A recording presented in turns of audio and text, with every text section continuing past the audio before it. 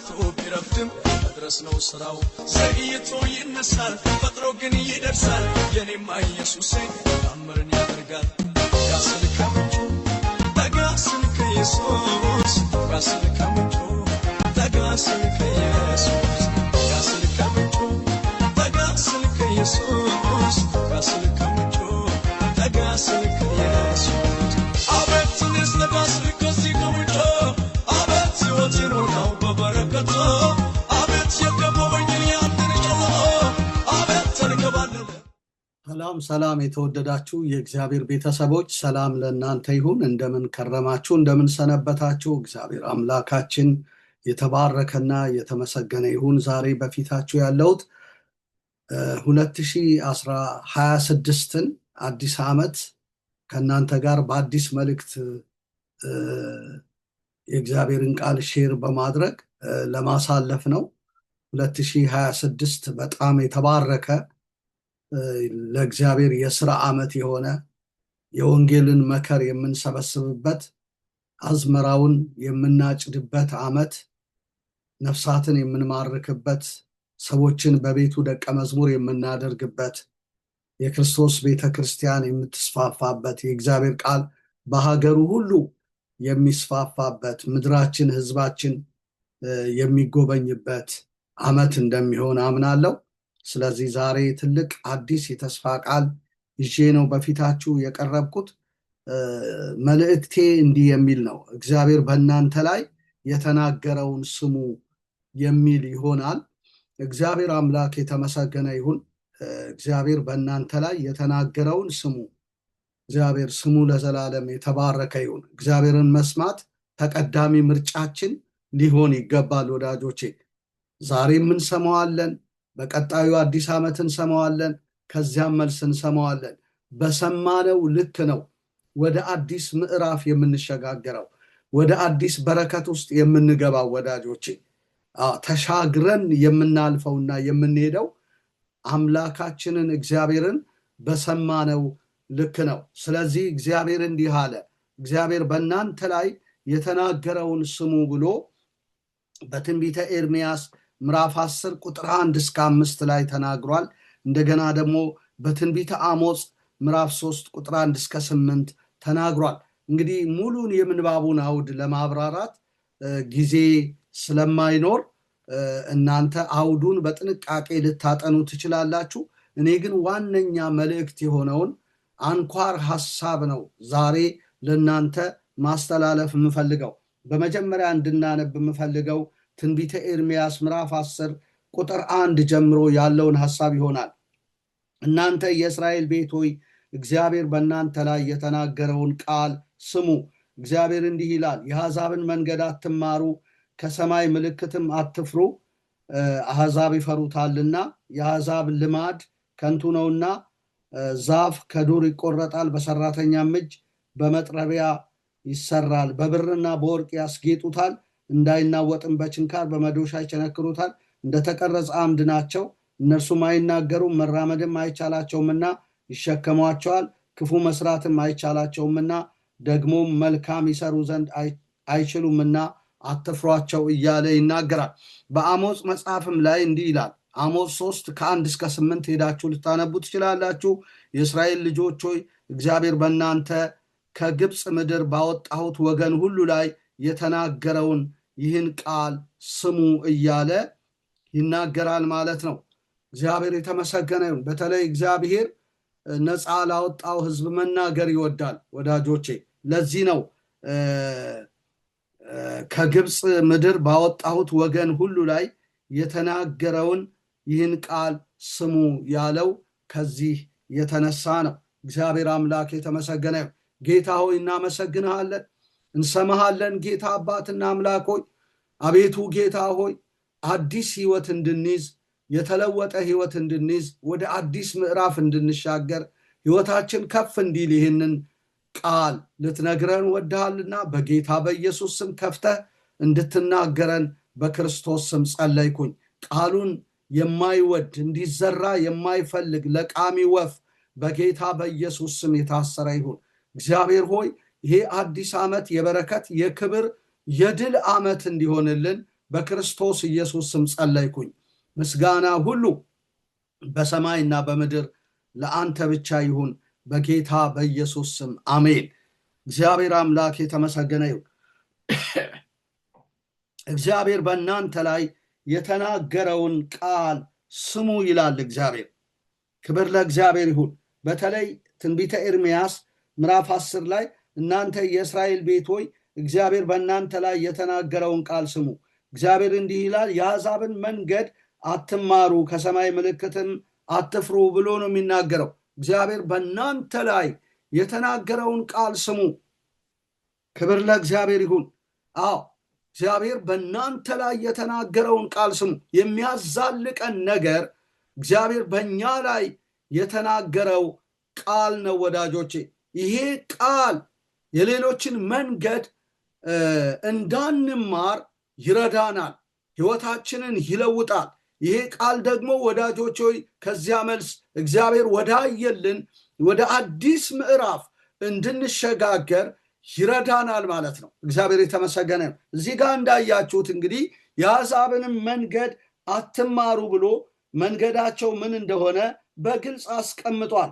አዎ የአሕዛብ ልማድ ከንቱ ነውና ዛፍ ከዱር ይቆረጣል፣ በሰራተኛም እጅ በመጥረቢያ ይሰራል እያለ ይናገራል። በተለይ ወዳጆቼ ሆይ የእግዚአብሔርን ቃል የሰማ ሰው የአሕዛብን መንገድ አይማርም። የአሕዛብን መንገድ ብቻ ሳይሆን ልዩ ልዩ አይነት መንገዶች አሉ ከእግዚአብሔር መንገድ እኔና እናንተን የሚያወጡን።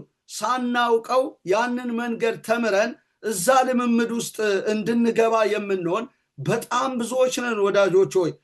የእግዚአብሔርን ቃል የሰማና ሊተገብር የተነሳ ሰው የአሕዛብን መንገድ አይማርም እና እንዳልኳችሁ ብዙ አይነት መንገድ ወደፊትም ይመጣል። አዎ ብዙዎችን ጠላልፎ የጣለ መንገድ ወዳጆቼ። ለዚህ ነው የአሕዛብን መንገድ አትማሩ ብሎ የእግዚአብሔር ቃል የሚናገረው። ስለ መንገድ ጥቂት ነገር ልነግራችሁ ፈልጋለሁ። በሐዋርያት ሥራ ምዕራፍ 9 ላይ ሄደን ስንመለከት እንዲህ የሚል ቃል እናገኛለን። የሐዋርያት ሥራ ምዕራፍ 9 ላይ እንዲህ የሚል ቃል እናገኛለን። ምንድን ነው የሚለው? ከቁጥር 1 ጀምሮ ላንብበው። የሐዋርያት ሥራ ምዕራፍ 9 ቁጥር 1 ጀምሮ አነባለሁ። ሳውል ግን የጌታን ደቀ መዛሙርት እንዲገድላቸው ገና እየዛተ ወደ ሊቀ ካህናት ሄደ። በዚህ መንገድ ያሉትንም ሰዎች ወንዶችንም ሴቶችንም ቢያገኝ እያሰረ ወደ ኢየሩሳሌም ያመጣቸው ዘንድ በደማስቆ ላሉ ምኩራቦች ደብዳቤ ከእርሱ ለመነ ብሎ ይናገራል። በየት መንገድ? በዚህ መንገድ ያሉትንም ሰዎች ወንዶችን ሴቶችን ቢያገኝ እያሰረ። ይሄ መንገድ የማ መንገድ ነው? የአማኞች መንገድ ነው። አማኞች አሁን ተመልከቱ ወዳጆች ሆይ እግዚአብሔር ባመላከታቸውና ባሳያቸው በትክክለኛው የቃሉ መንገድ ላይ ነው ያሉት እና በዚህ መንገድ ያሉትን ነው እንግዲህ አሳዳጁ ሳውል ባገኘ ጊዜ እያሰረ ወደ ኢየሩሳሌም ያመጣቸው የነበረ ወዳጆቼ። ይህን ለማድረግ ነው ደብዳቤ ከምኩራብ አለቆች የተቀበለው። በጣም ነው የሚያሳዝነው። ይሄ መንገድ አይወደድም። ለዚህ ነው እዚህ ትንቢተ ኤርምያስ ላይ እናንተ የእስራኤል ቤት ሆይ እግዚአብሔር በእናንተ ላይ የተናገረውን ቃል ስሙ። እግዚአብሔር እንዲህ ይላል፣ የአሕዛብን መንገድ አትማሩ የሚለን ለዚህ ነው። ከሰማነው ቃል የተነሳ ከሰማችሁት ቃል የተነሳ ንጹሐን ናችሁ የሚል ቃል አለ። እንነጻለን ወዳጆቼ። ጎልማሳ መንገዱን በቃል ያነጻል። ክብር ለእግዚአብሔር ይሁን። ከሰማነው ቃል የተነሳ የተሳሳቱ መንገዶችን አንማርም። ዋጋ እንከፍላለን እንጂ መታሰር ካስፈለገ እንታሰራለን፣ መደብደብ ካስፈለገ እንደበደባለን እንጂ የአሕዛብን መንገድ አንማርም። እና መንገዳቸው እነዚህ ክርስቲያኖች ከሳውል መንገድ የተለየ ስለነበረ እነዚህን ሰዎች እያሰረ ወደ ኢየሩሳሌም ያመጣ እንደነበረ የእግዚአብሔር ቃል ወዳጆች ሆይ ይናገራል። ይሄ መባረክ ነው። በዚህ መንገድ ዋጋ ብንከፍል እኛም ምንም አይመስለንም ወዳጆቼ። ከሰማነው ቃል የተነሳ መንገዳችንን እንመርጣለን፣ እንለያለን። ሁሉ መንገድ ወደ እግዚአብሔር የሚያደርስ አይደለም። ብዙ የሃይማኖት መንገዶች አሉ። ከዚያም መልስ በዚህም ብትሄድ እግዚአብሔር ጋር ትደርሳለህ፣ በዛም ብትሄድ እግዚአብሔር ጋር ትደርሳለህ፣ ይህንን በዓል ብታከብር እግዚአብሔርን ታከብራለህ እየተባለ ብዙ አይነት መንገድ አለ። ነገር ግን ከሰማነው ቃል የተነሳ እነዛን መንገዶች ሁሉ ከፊታችን አስወግደናቸዋል። የረዳን እግዚአብሔር የተባረከ ይሁን። ስለዚህ ነው አሁንም የአሕዛብን መንገድ አትማሩ፣ እናንተ የእስራኤል ቤት ሰዎች ሆይ እግዚአብሔር በእናንተ ላይ የተናገረውን ቃል ስሙ የሚለን ከዚህ እውነት የተነሳን። እንደገና የሐዋርያት ሥራ ምዕራፍ 19 ቁጥር 8 ጀምሮ ባነብላችሁ ወደ ምኩራብም ገብቶ ስለ እግዚአብሔር መንግሥት እየተነጋገረና እያስረዳ 3 ወር ያህል በግልጥ ይናገር ነበር። አንዳንዶች ግን እልከኞች ሆነው በሕዝብ ፊት መንገዱን እየሰደቡ ባላመኑ ጊዜ ከእነርሱ ርቆ ደቀ መዛሙርቱን ለየ። ጢራኖስም በሚሉት በትምህርት ቤት ዕለት ዕለት ይነጋገር ነበር። በእስያም የኖሩት ሁሉ አይሁድም የግሪክ ሰዎችም የጌታን ቃል እስኪሰሙ ድረስ 2 ዓመት ያህል እንዲሆነ እያለ ይናገራል። እና እልከኞች ሆነው በሕዝብ ፊት መንገዱን እየሰደቡ ባላመኑ ጊዜ የማንን? የጳውሎስን መንገድ። ጳውሎስ ከተለወጠ በኋላ ከዚህ ከክፉ መንገዱ ተመልሷል። ወዳጆቼ ቅዱሳንን ከሚያስርበት ከሚያንገላታበት ወደ ኢየሩሳሌም ከሚሄድበት መንገድ ወጥቶ በትክክለኛው በቅዱሳን መንገድ ላይ እየተመላለሰ እየመሰከረ ሰዎችን ደቀ መዛሙርት እያደረገ ያለበት ሰዓት ነው። ነገር ግን የዚህ እውነት ተቃራኒ የሆኑ ሰዎች መንገዱን እየሰደቡ ባላመኑ ጊዜ ከነርሱ ርቆ ደቀ መዛሙርቱን ለየ እያለ ይናገራል። ደቀ መዛሙርት በማፍራት ላይ ይገኛል ማለት ነው። ስለዚህ እነዚህ ሰዎች መንገዱን የሚሰድቡ ሰዎች የጌታ ቃል እስኪሰሙ ድረስ 2 ዓመት ያህል እንዲሆነ ብሎ ይናገራል። ይሄ መንገድ በቀላሉ የሚገለጥ መንገድ አይደለም። ለዚህ ነው እንግዲህ በትንቢተ ኤርምያስ ላይ የአሕዛብን መንገድ አትማሩ የሚለን። ዛሬ ብዙዎቻችን የምንስተው የሌሎችን መንገድ እየተማርን በዚህ መንገድ ካልሄድኩ ብለን ወዳጆች ሆይ ሰው የእግዚአብሔርን ቃል ከሰማ መንገዱን ይለያል። እግዚአብሔር አምላክ የተመሰገነ። እኛም መንገዳችንን እንድንለይ እግዚአብሔር አምላክ ወዳጆቼ ሆይ ይርዳን። ወዳጆቼ ክብር ለእግዚአብሔር ይሁን። የእግዚአብሔርን ቃል እስኪሰሙ ድረስ 2 ዓመት እንዲሆነ ብሎ ነው የሚናገረው። 2 ዓመት ምን ሆነ? እንዲሆነ ምን በማድረግ? መንገድን በመስደብ በማሳደድ ማለት ነው። የፈለገ ነገር ይሁን ወዳጆች ሆይ ስደት የበዛበት መንገድ እንኳን ቢሆን፣ ማሳደድ የበዛበት ተቃውሞ የበዛበት መንገድ ቢሆን ወዳጆቼ ቃሉ ካሳየን መንገድ ወደ ቀኝ ወደ ግራ አንልም። የሕጉ መጽሐፍ ከአፍህ አይለይ፣ ወደ ቀኝ ወደ ግራ አትበል፣ በሕይወት ዘመን ሁሉ ይከናወንልሃል ተብሎ ለኢያሱ ተነግሮታል። እግዚአብሔር የተመሰገነ ይሁን ለዘላለም። ስለዚህ በዚህ ፍጻሜ ዘመን የእግዚአብሔርን ቃል እግዚአብሔር በእናንተ ላይ የተናገረውን ቃሉን ስሙ ስላለን የእግዚአብሔርን ቃል ልንሰማ ይገባል። በሰማነው ቃል ንጹሐን ልንሆን ይገባል። በሰማነው ቃል ሕይወታችንን ልንለውጥ ይገባል ወዳጆቼ። ከዚህ ውጪ ግን ሳናውቅ አድጦን ሁሉ ልንወድቅ እንችላለን። ሕግ ለመንገዴ ብርሃን ለእግሬ መብራት ነው። ለመንገዳችን ብርሃን የሚሆነን የእግዚአብሔር ሕግ ነው። ለእግራችን መብራት የሚሆነ እንቅፋት እንዳይመታን የሚሆነው በዚህ በእግዚአብሔር ቃል ውስጥ በምንመላለስበት ጊዜ ነው። እግዚአብሔር የተመሰገነ። ለዚህ ነው የእግዚአብሔርን ቃል እየተጠነቀቃችሁ ታበራላችሁ ብሎ ጴጥሮስ መጽሐፍም ላይ የነገረን ከዚህ እውነት የተነሳ እግዚአብሔርን ቃል እየተጠነቀቃችሁ ታበራላችሁ። ክብር ለእግዚአብሔር ለአምላካችን ይሁን። ከገናናው ክብር በእርሱ ደስ የሚለኝ የምወደው ልጄ ይህ ነው ይልና ከዚህ ይልቅ የጸና የትንቢት ቃል አለ። ምድር እስኪጠባ ድረስ የንጋትም ኮከብ በልባችሁ እስኪወጣ ድረስ ሰው በጨለማ ስፍራ የሚያበራን መብራት እንደሚጠነቀቅ ይህንን ቃል እየተጠነቀቃችሁ መልካም ታደርጋላችሁ። ለምን? የአሕዛብን መንገድ እንዳንማር። 2ኛ ጴጥሮስ ምዕራፍ 1 ከቁጥር 16-21 ማንበብ ትችላላችሁ። የአሕዛብን መንገድ እንዳንማር የሌሎችን መንገድ እንዳንማር ወዳጆቼ። ብዙ ጊዜ እስራኤልን ያስቸግር የነበረው የአሕዛብን መንገድ እየተማሩ ነው፣ እነርሱን እየመሰሉ ነው ወዳጆቼ። ክብር ለእግዚአብሔር ለአምላካችን። እግዚአብሔር በእናንተ ላይ የተናገረውን ቃል ስሙ። ወደ ዴስቲኒያችን ወደ ፍጻሜያችን የሚያደርሰን ነገር ታውቃላችሁ፣ እግዚአብሔር በእኛ ላይ የተናገረውን ቃል ስንሰማና ስንይዝ ነው። በአንገታችን እንደ ድሪም አድርገን በጣታችን ሁሉ ያዘው ይላል። ስትቀመጥ፣ ስትሄድ፣ ስትነሳ አሰላስለው ብሎ የሚለን ከዚህ የተነሳ ስለዚህ ክርስቲያኖች ንዝህላል ልንሆን አይገባም። እግዚአብሔርን ቃል እግዚአብሔር በእኛ ላይ የተናገረው የእግዚአብሔር ቃል የአንድ ቀን ነፃ መውጣት ብቻ ሳይሆን የዘላለም ነው።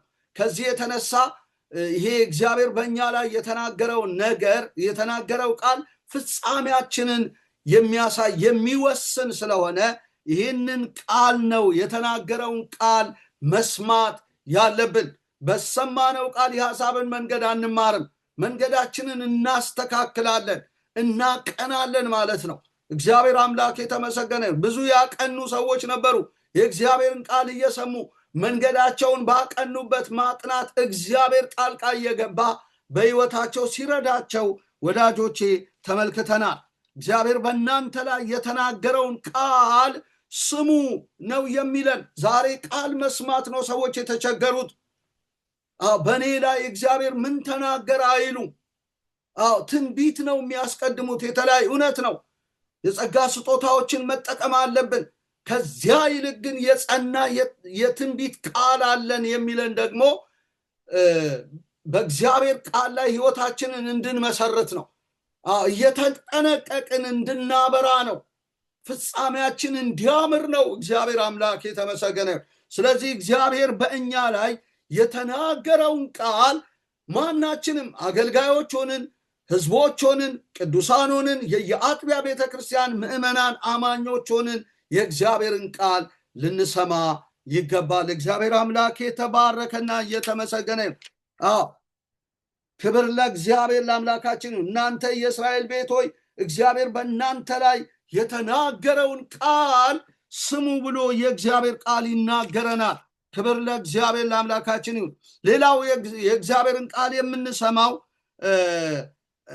ተናግሮ በእጁ የሚፈጽም ነው የኛ አምላክ። ዳዊትን እንዲህ ይለዋል፣ ሁለተኛ ዜና 6:4 ላይ እርሱም አለ ለአባቴ ለዳዊት በአፉ የተናገረ በእጁም የፈጸመ የእስራኤል አምላክ እግዚአብሔር ይባረክ። ተናግሮ የሚቀር አይደለም፣ በአፉ የተናገረ እንደገና ደግሞ በእጁ የፈጸመ አምላክ ነው፣ ሰው አይደለም እግዚአብሔር። ስለዚህ እግዚአብሔር የተናገረውን ቃል መስማት ይሁንልን ከምን ጊዜውም በላይ ወዳጆቼ። ለአባቴ ለዳዊት ነው የሚለው፣ በአፉ የተናገረ በእጁም የፈጸመ የእስራኤል አምላክ እግዚአብሔር ይባረክ ሲለው ትመለከታላችሁ። እግዚአብሔር አምላክ የተመሰገነ ይሁን። እንደገና የሐዋርያት ሥራ ምዕራፍ 3:18 ላይ ሄደን ስናይ እግዚአብሔር ግን ክርስቶስ መከራ እንዲቀበል አስቀድሞ በነቢያት ሁሉ አፍ የተናገረውን እንዲሁ ፈጸመው ይላል። አያችሁ፣ እግዚአብሔር ተናገረ ማለት ፈጸመ ማለት ነው። እንዲሁ ፈጸመው። በነቢያቱ አፍ የተናገረውን እንዲሁ ፈጸመው ማለት ክርስቶስ መከራ እንዲቀበል አስቀድሞ በነቢያቱ ሁሉ አፍ የተናገረውን እንዲሁ ፈጸመው። ስለዚህ እግዚአብሔር ጋር ያለው የሚፈጸም ቃል ተረት አይደለም። ተረት አይደለም፣ የአሮጊቶች ቧልት አይደለም። ስለዚህ የሚፈጸምን ቃል መተላለፍ በጣም ወዳጆቼ ልክ አይሆንም። ስለዚህ ነው እግዚአብሔር ለእናንተ የተናገረውን ቃል ስሙ የሚለን። ለዚህ ነው እግዚአብሔር ለእኛ አልተናገረም ወይ? ተናግሯል። በአፉ ተናግሮ በእጁ ሊፈጽም እግዚአብሔር ለእኔም ለአንተም ለአንቺም ለእርሶ ተናግሯል። ስለዚህ የተናገረው እንዲፈጸም የእግዚአብሔርን ቃል መስማት ይሆንልን። ከማንም ይልቅ ከአገልጋዮችም ይልቅ ጸጋ አለባቸው ከምንላቸውም ከማናቸውም ሰዎች ይልቅ የእግዚአብሔርን ቃል እግዚአብሔር በእኛ ላይ የተናገረውን የእግዚአብሔርን ቃል መስማት ወዳጆች ሆይ ይሆንልን። እግዚአብሔር የተመሰገነ ይሁን። እግዚአብሔር ግን ክርስቶስ መከራ እንዲቀበል አስቀድሞ በነቢያቱ ሁሉ አፍ የተናገረውን እንዲሁ ፈጸመው ስለሚል የተናገረውን የሚፈጽም አምላክ እግዚአብሔር ያልታመነ ማን ይታመናል? የሚታመን ልብ የሚጣልበት የሚወደድ እንከን የሌለበት አመንኩ ስትናገር አንተ እውነተኛ ነህ ብላ ዘማሪት ሊሊ ቃል ኪዳን ጥላሁን ይህንን አስደናቂ መዝሙር ዘምራልናለች። አመንኩ ስትናገር እኛም ልናምን ይገባል። ሲናገረን የእግዚአብሔርን ቃል በሌሎች ነቢያት ኮንፈርም ልናረግ አይገባም። የእግዚአብሔር ቃል ልናምን ነው። ቃሉ በልብም በአፍም ሆኖ ቀርቦልሃል። የምንሰብከው የእምነት ቃል ነው ተብሎ ነው የተጻፈው። እግዚአብሔር ያልታመነ ማን ይታመን? ወዳጆቼ ልናምነው ይገባል። ይሄንን ቃል ፊክሽን አይደለም። ይሄ ቃል ልናምነው የተገባ ቃል ነው። በአፉ ተናግሮ በእጁ የሚፈጽመው ቃል ነው ይሄ ቃል። ክርስቶስ መከራ እንዲቀበል አስቀድሞ በነቢያት ሁሉ አፍ የተናገረውን እንዲሁ ፈጸመው ነው የሚለው። የተናገረውን ከፈጸመው ዛሬም በእኛ ላይ የተናገረውን ይፈጽመዋል። ወዳጆቼ እንደዚህ ቃል የሚታመን ቃል የለም። ይህ 66ቱ ቅዱስ መጽሐፍ በእግዚአብሔር መንፈስ የተጻፈ መጽሐፍ ስለሆነ እንደዚህ ቃል የሚታመን ቃል የለም። ወዳጆቼ ቃል ተገኝቷል እኔም በልቼዋለሁ ያለው እኮ የሚታመን ስለሆነ ቃል የልብ ደስታና ሐሴት ሆነኝ። ብዙዎች የተወራረዱት በዚህ ቃል ነው። እናንተም በዚህ ቃል ተወራረዱ። ጌታ ለዘላለም ይጥላልን? የተናገረውንስ አልቋልን? ቸርነቱንስ ዘግቶታልን? ይህ ድካሜ ነው አልኩ እያሉ የተወራረዱት ከዚህ ቃል የተነሳ። ይሄ ቃል የሆነ ሰው ደረስ ቃል አይደለም። በመንፈስ ቅዱስ የተጻፈ ለእኔና ለእናንተ ፍጻሜን የሚያመጣ የሕይወት ቃል ነው። እግዚአብሔር አምላክ ስሙ ለዘላለም ይባረክ። ስለዚህ ሐሰትን ይናገር ዘንድ እግዚአብሔር ሰው አይደለም፣ ይጸጸት ዘንድ የሰው ልጅ አይደለም። እሱ ያለውን አያደርገውምን? የተናገረውን አይፈጽመውምን? ብሎ ዘኍልቍ 23:19 በለዓም ተናግሯል። ሐሰትን ይናገር ዘንድ ይዋሽ ዘንድ እግዚአብሔር ሰው አይደለም፣ የሰው ልጅ አይደለም። ያለውን ያደርጋል፣ የተናገረውን ወዳጆች ሆይ ይፈጽማል። እንደገና ዘኍልቍ 24:12-13 ላይ ሄዳችሁ ብትመለከቱ በለዓም ያለው ነገር ነበረ።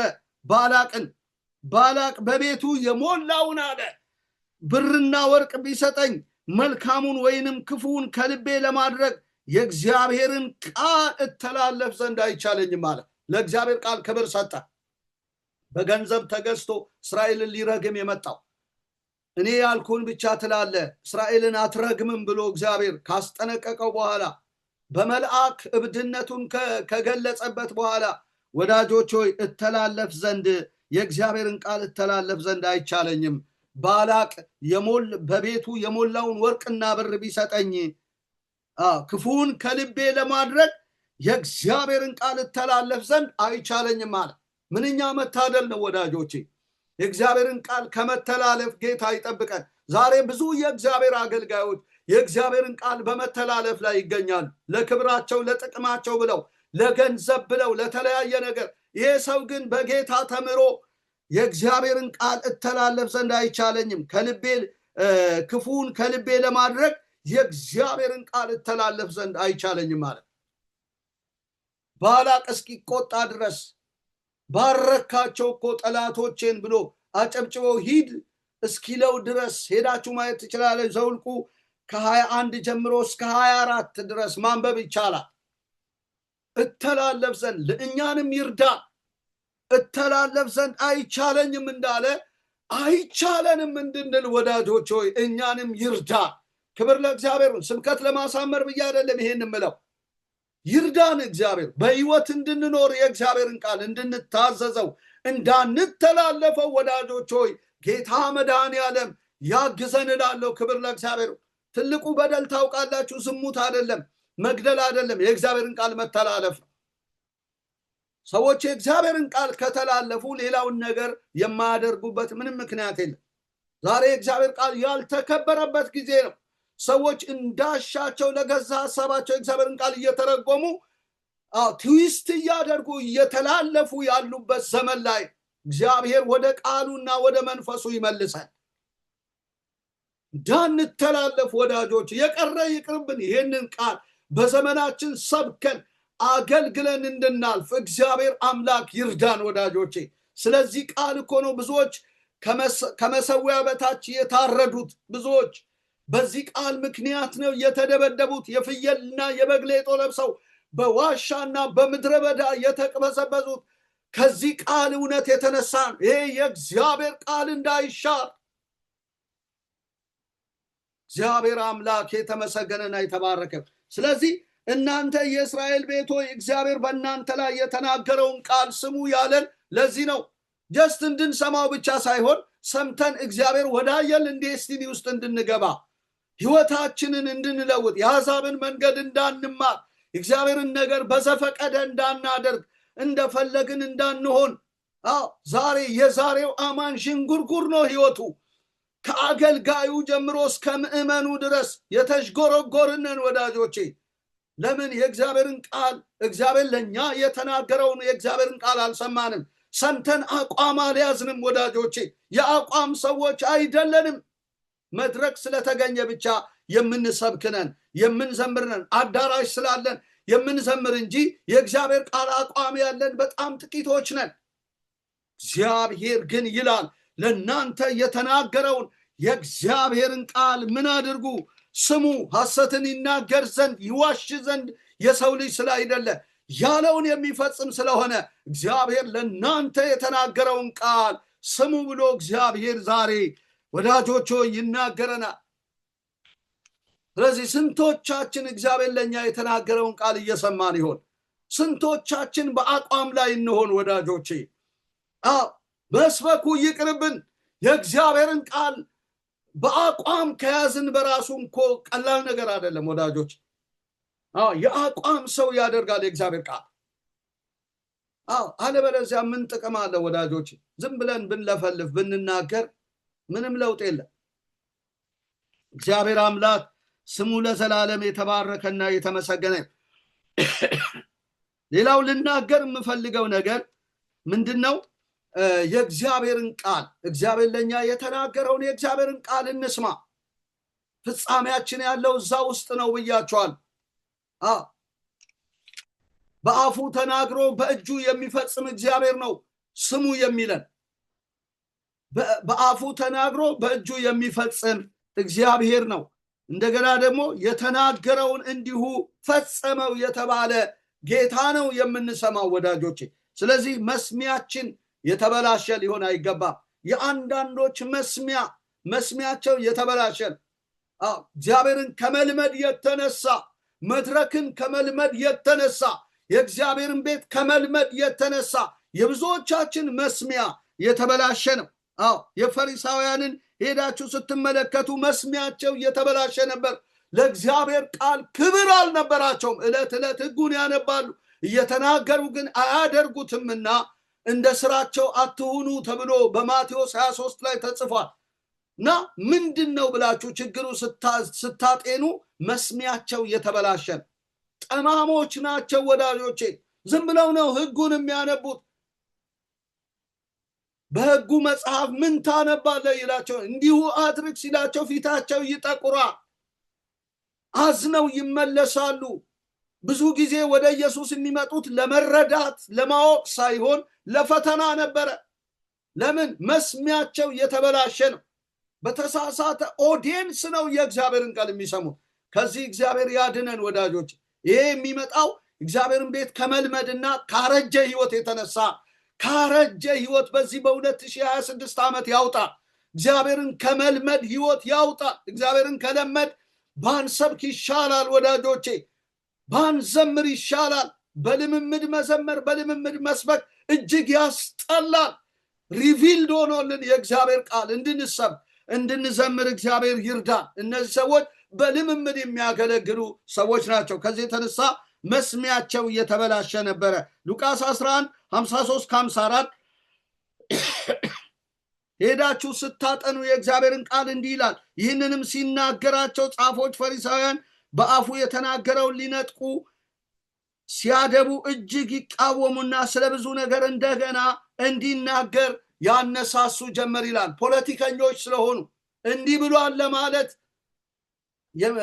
እንዲናገር ያነሳሱት ነበር ኢየሱስን። ስለብዙ ነገር ንግግሩን ወደው አይደለም እኮ ሊከሱት፣ ወዳጆቼ ቃሉን ሊነጥቁ ያደቡ ነበር። ዛሬ ቤተክርስቲያን ወደዚህ ከተንሻፈፈች በቃል ቆል የሞተች ናት። ዛሬ እንዲህ አይነት የፈሪሳውያን ልምምድ ውስጥ ገብተናል ወዳጆቼ። ልንከስ ቃል ልንነጥቅ የምናደባ ሰው ምን ሊል ፈልጎ ነው እያልን ምን ለማለት ፈልጎ ነው እያልን የእግዚአብሔርን አገልጋዮች የምናሳቅል የምናሳጣ፣ ዛሬ ደግሞ ምን እያለ ነው የምንል በስጋ ተቀምጠን ወዳጆቼ ተጀቡነን። ነገር ግን እግዚአብሔር የሚፈጸም ቃል ነው እየተናገረን ያለው። በእርሱ ላይ በተናገር ጊዜ አስበዋል። እግዚአብሔር ያለውን በእኛ ህይወት ከማድረግ ወደኋላ አይልም። ለውጥም ከሆነ ባንፈልገው እንኳን ከመጣው ቃል የተነሳ ይለውጠናል። እኛ ወደ ቃሉ እናድጋለን እንጂ ቃሉ ወደ እኛ አይመጣም። እኛ በፈለግነው መንገድ ቃሉን መጠምዘዝ አንችልም። ይመስለናል እንጂ ጠምዝዘን እንዲና እንዲያ እንላለን እንጂ ጠምዝዞ እግዚአብሔር ወደ ራሱ ሐሳብ የጊዜ ጉዳይ ነው ያመጣናል። አገልጋይ ሆንን ህዝብ ሆንን አይፈራም እግዚአብሔር፣ ይለውጠናል ወዳጆቼ። ብዙ የተለወጡ ሰዎች ስለማቅ ነው ይሄን የምለው። ስለዚህ መስሚያችን እንዲስተካከል እግዚአብሔር ይርዳን። እንደ ፖለቲከኞች ወዳጆቼ ሰዎች የተናገሩትን ለመንጠቅ ማድባት አግባብ አይደለም። ስለ ብዙ ነገር ሰዎች እንዲናገሩ የዋሃን ሰዎች መቀስቀስ የለብንም ወዳጆቼ። እንዲህ ብሏል እንዲህ አድርጓል ብለን ፍርድ ቤት ለማቆም ለመክሰስ፣ ይሄ እርጅና ይባላል። በቃ ድንዛዜ ይባላል፣ አዚም ይባላል፣ ድንቁርና ይባላል ወዳጆች፣ እርጅና ይባላል ወዳጆች። የማያረጀው የእግዚአብሔር ቃል በእኛ አይተነተንም፣ በእኛ አይገመገምም ወዳጆቼ። ልንነጥቅ የእግዚአብሔርን ቃል እንደዚህ ልናደርግ አግባብ አይደለም። እግዚአብሔር ቤት ተደፍሯል ዛሬ። በእግዚአብሔር ቃል ሰዎች ሲደባደቡ ሳይ በጣም ነው ማዝነው። ከዚህ የተነሳ ምን አለ ዛሬ ገሌ፣ ምን አለች ዛሬ ገሊት እየተባለ ይሄ ንጹህ ቅዱስ ቃል ዓለምን የሚቀድስ የሚያጠራ የሚለውጥ ቃል በእኛ አእምሮ ሲገመገም ሲለካ ሳይ በእጅጉ አዝናለሁ። ስለዚህ ወዳጆች ከዚህ አይነት ጽዩፍ ነገር መውጣት ይሁንላት የአዲሲቱ ኪዳን ቤተክርስቲያን፣ ቦርናጌን ያደረገች ቤተክርስቲያን ልታስብበት ይገባል። እና መስሚያቸው የተበላሸ ነበረ። ጥቂት ፈሪሳውያን ናቸው ወደ ክርስቶስ መጥተው የዳኑ፣ እመን ብቻ እንጂ አትፍራ እየተባሉ እነ መኮንኑ ዮሐንስ ወንጌል ምዕራፍ 4 ላይ ምልክት ካላያችሁ አታምኑም አለው። ሂድ ልጅ በሕይወት ይኖራል። ሲሄድ ዳነ፣ አመነ ይላል ያ መኮንን። እግዚአብሔር ቃል ሲመጣ ማመን ይሆንልን ወዳጆቼ። መስበኩ አይደለም፣ ስም መያዙ አይደለም ትልቁ ነገር። ታውቃላችሁ ለእግዚአብሔር ቃል ስልጣን መንበርከክ ነው። በእስራኤል እንኳን እንዲህ አይነት እምነት አላገኘውም ያለው እኮ ሮማዊው መቶ አለቃ ከዚህ ለእግዚአብሔር ቃል ስልጣን ከፍተኛ ቦታ ስለነበረው እኔ ከበታቼ ያሉትን እንደማዝ አዝዝ በቃልከ ወይሃዩ ወልዴ፣ ቃልህን ላክ ልጄ ይድናል። በእስራኤል እንኳን እንዲህ አይነት እምነት አላገኘው። ይሄ ነው ወዳጆቼ፣ ልጁ ተፈወሰ። የእምነት ሰው እንድንሆን ይሄን ንጹህ ቃል እንድናምን እግዚአብሔር አምላክ ይርዳን። ካላመንን አንስበክ። ምን ይሰራልናል? ለውጥ ማመጣ ከሆነ በህይወታችን በሌሎችም ሰዎች ህይወት ላይ እድገትን ለውጥን ማመጣ ከሆነ ወደ ፍጻሜ የማያደርስ ከሆነ ጥያቄው እኛ ችግሩ ያለው እኛ ጋር ነው እና ልናስብበት ወዳጆች ሆይ ይገባል። እግዚአብሔር የተመሰገነ። በተለይ ለመንጠቅ ማድባት፣ እንደገና ደግሞ እጅግ መቃወምና ስለብዙ ነገር እንዲናገር ማነሳሳት የፖለቲከኞች ተግባር፣ ሰላዮች ፖለቲከኞች የሚሰሩ ስራ። እግዚአብሔርን ቃል በፖለቲካ አእምሮ መተርጎም አንችልም። እንደፈለግን ማድረግ በምንም መልኩ አንችልም። አንድ ቀን ትቀየራለህ። ነግራል። ይሄ የእግዚአብሔር ቃል ዓለምን የለወጠ ነው። ከፀሐይ መውጫ እስከ መጥለቂያ ድረስ የማይለወጠውን ቅዱስ ወንጌል በእጃቸው ላከው ነው የሚለው። ቃሉን በምልክትና በተአምራት መንፈስ ቅዱስን በማደል አብሮ ያጸና ነበር ብሎ ነው የሚናገረው። እግዚአብሔር ቃል ይለውጣል። ይሄ የእግዚአብሔር ቃል እኛን እንኳን መንገዳችንን እኮ ቀየረ። እኛ እኮ ምን ሰብክ አይደለንም በፊታችሁ ቆመን። እኛ ገዳማውያን የነበርን ሰዎች ነን። ሰንሰለት የታጠቅን ለጽድቅ ብለን ኬሻ ላይ የምንተኛ። መንገዳችንን የቀየረው ዶላር አይደለም። ማንም እንዲሰጠን የለ 5 ሳንቲም አናገኝም። መንገዳችን የቀየረው ይሄ ቃል፣ ንጹህ ቃል ህይወታችንን፣ መንገዳችንን፣ ዴስቲኒያችንን ቀየረ። ሰዎች ግን ብር ቀየራቸው፣ ዶላር ቀየራቸው፣ እንደዚህ ቀየራቸው። አንተ ነበርክ ቀድመ የምትቀየረው። እኛ ይሄ ቃል ነው የቀየረ። ክብር ለእግዚአብሔር። የእግዚአብሔር ቃል ይለውጣል። አሜን ወዳጆቼ፣ ክብር ለእግዚአብሔር። ሌላው ልናገር የምፈልገው የሐዋርያት ሥራ 13:45 ላይ አይሁድም ብዙ ሕዝብ ባዩ ጊዜ ቅናት ሞላባቸው፣ እየተሳደቡም ጳውሎስ የተናገረውን ቃል ተቃወሙ ብሎ ይናገራል። እግዚአብሔር በእናንተ ላይ የተናገረውን ቃል ስሙ። እግዚአብሔርን ቃል ካለ መስማት የተነሳ ነው። በመቃወም ወዳጆቼ ጳውሎስ የተናገረውን ቃል የተቃወሙት ቅናት ሞልቶባቸው። ሌላው የሚከለክለን ነገር ቅናት ነው።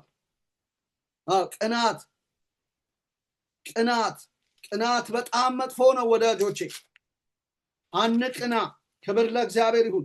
ለዚህ ነው በጴጥሮስ መጽሐፍ ላይ እንግዲህ ክፋትን አንደኛ ጴጥሮስ ምዕራፍ 2:1 ጀምሮ እንግዲህ ክፋትን ሁሉ፣ ተንኮልን ሁሉ፣ ግብዝነት፣ ቅናት፣ ሐሜት አስወግዳችሁ ጌታ ቸር መሆኑን ቀምሳችሁ እንደሆነ ለመዳን በእርሱ እንድታድጉ አሁን እንደተወለዱ ሕፃናት ተንኮል የሌለበትን የቃሉን ወተት ተመኙ ያለ ለዚህ ነው። ቅናት፣ ግብዝነት፣ ሐሜት፣ ተንኮል እነዚህን ሁሉ አስወግዳችሁ ጌታ ቸር መሆኑን ቀምሳችሁ እንደሆነ አሁን እንድታድጉ እንደተወለዱ ሕፃናት ተንኮል የሌለበትን የቃሉን ወተት ተመኙ። ይሄ ቃል ተንኮል የሌለበት ቃል፣ ክፋት የለበትም፣ ቅናት የለበትም። ወተት ንጹህ ወተት ነው። የተበከለ አይደለም፣ ኮራፕትድ አይደለም። ይሄ ንጹህ ቃል በእውነት ቃል አስቦ ነው የወለደን። ያዕቆብ 1:18 ላይ ለፍጥረቱ የበኩራት አይነት ልጆች እንድንሆን በእውነት ቃል አስቦ ወለደን ብሎ ነው የሚናገረው እና ንጹህ ቃል ነው። አንኮራፕትድ ነው ይሄ። ስለዚህ ይሄ ቃል ይለውጣል። ይሄ ቃል ያሳድጋል ወዳጆቼ። ስለዚህ ነው ተንኮልን፣ ቅናትን፣ ግብዝነትን። እነዚህ ፈሪሳውያን ግን ተንኮለኞች፣ ቅናተኞች ናቸው፣ ግብዞች ናቸው። ቃሉን ሊነጥቁ የሚያደቡ የቃሉ ስልጣን ያልገባቸው ናቸው። እዚህ ጋር ደግሞ ጳውሎስ የተናገረው ተቃወሙ። በአንዳንድ አማኝ ዘንድም ደግሞ እንዲህ አይነት ቅናት አለ፣ ክፋት አለ፣ ግብዝነት አለ፣ ሐሜት አለ። ግን ወተን እናሽጎደጉዳለን። ቃሉን ምን ጥቅም አለው? በህይወታችን ላይ አፕላይ አድርገን ህይወታችን ካልለወጥን፣ ካልመሰረትን በዚህ ቃል መሰረት ምንም ጥቅም የለው። ስለዚህ ለመዳን አሁን እንድታድጉ የቃሉን ወተት ተመኙ ብሎ ነው የሚለን። ለመዳን በእርሱ እንድታድጉ ብሎ እግዚአብሔር ያሳድገናል። ማደግ የሚፈልግ ሰው የቃሉን ወተት ነው የሚመኘው። ከዛ እግዚአብሔር ወደ አጥንት፣ ወደ ፍጹማን ምግብ ያደርሰዋል፣ ያሳድገዋል ማለት ነው። እዛ እግዚአብሔር ወዳየለት ነገር በፍጻሜ ዘመኑ ያደርሰዋል። ለዚህ ነው በጸጋና በእውቀት እደጉ፣ በአመፀኞች ስተት ተስባችሁ ከራሳችሁ ጽናት እንዳትወድቁ በጸጋና በእውቀት እደጉ የሚለን ሁለተኛ ጴጥሮስ 3:18 ጀምሮ። ስለዚህ አመፀኝነትን፣ ቅናትን፣ ክፋትን፣ የተለያዩ ነገሮችን በጌታ በኢየሱስ ስም አስወግዱ። አንዳንድ ባክግራውንድ ይዛችሁት የመጣችሁ ከፖለቲካ ዓለም ሊሆን ይችላል፣ ከተለያየ ነገር ጎትታችሁ ተሸክማችሁ ይዛችሁ የመጣችሁትን ነገር በእግዚአብሔር ቃል አራግፉት። ቆሻሻ ነው፣ አይጠቅምም። የአሕዛብ ልምምድ ይባላል። የአሕዛብን ልምምድ አትማሩ ያለ ለዚህ ነው። እንደውም ያለፈው ዘመን ይብቃችሁ እያለ የእግዚአብሔር ቃል ይናገረናል።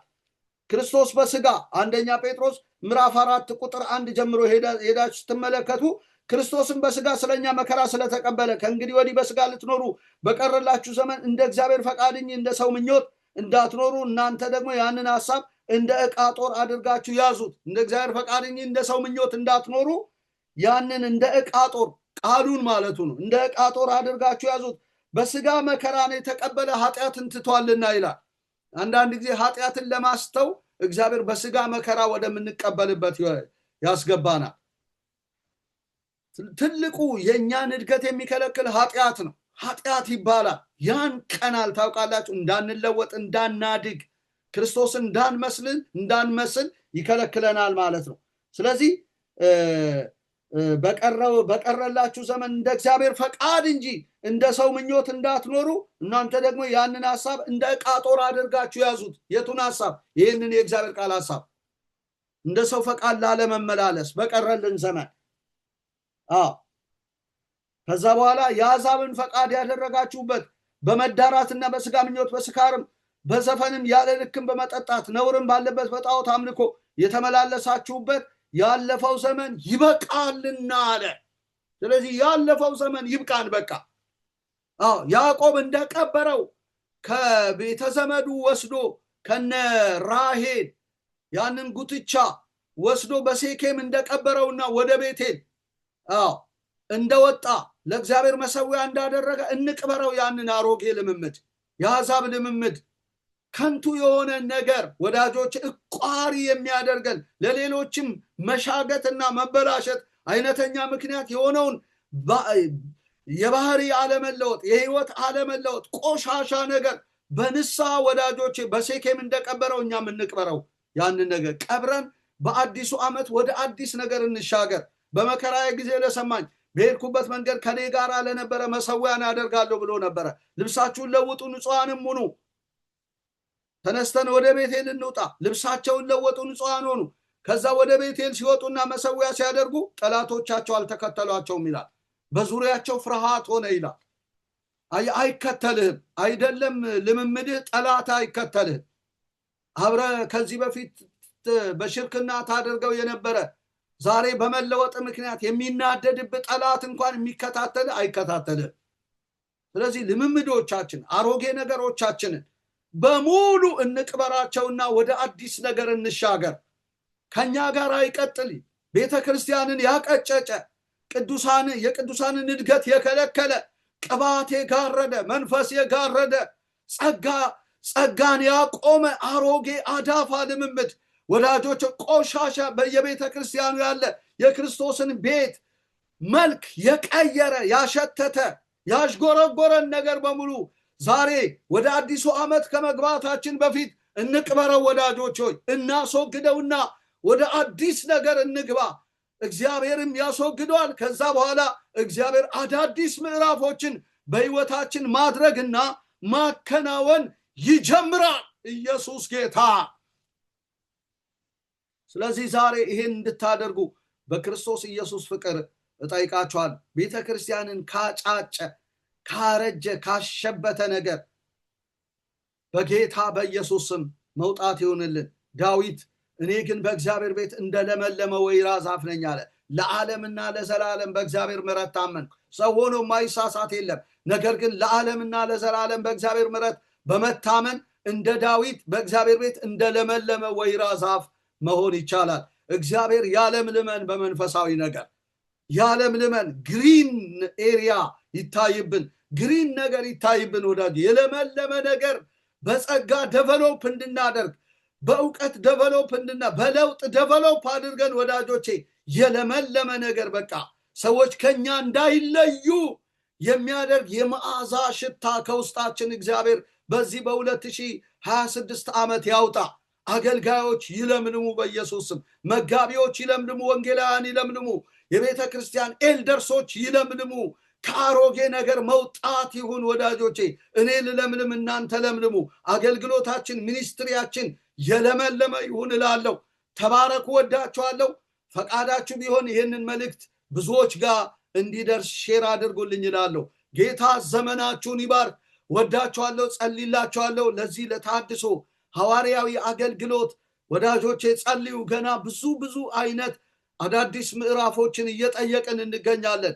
ለመዘርጋት ወደፊት ለመሄድ ተባረኩ። ከዚህ አገልግሎት ጋር ቆሙ ላለው አዲሱ ዓመት የበረከት የተድላ የደስታ የመጽናናት የወንጌል ዓመት አዝመራውን ወደ ጎተራ የምናስገባበት ዓመት ይሁንልን እላለሁ። ተባረኩ።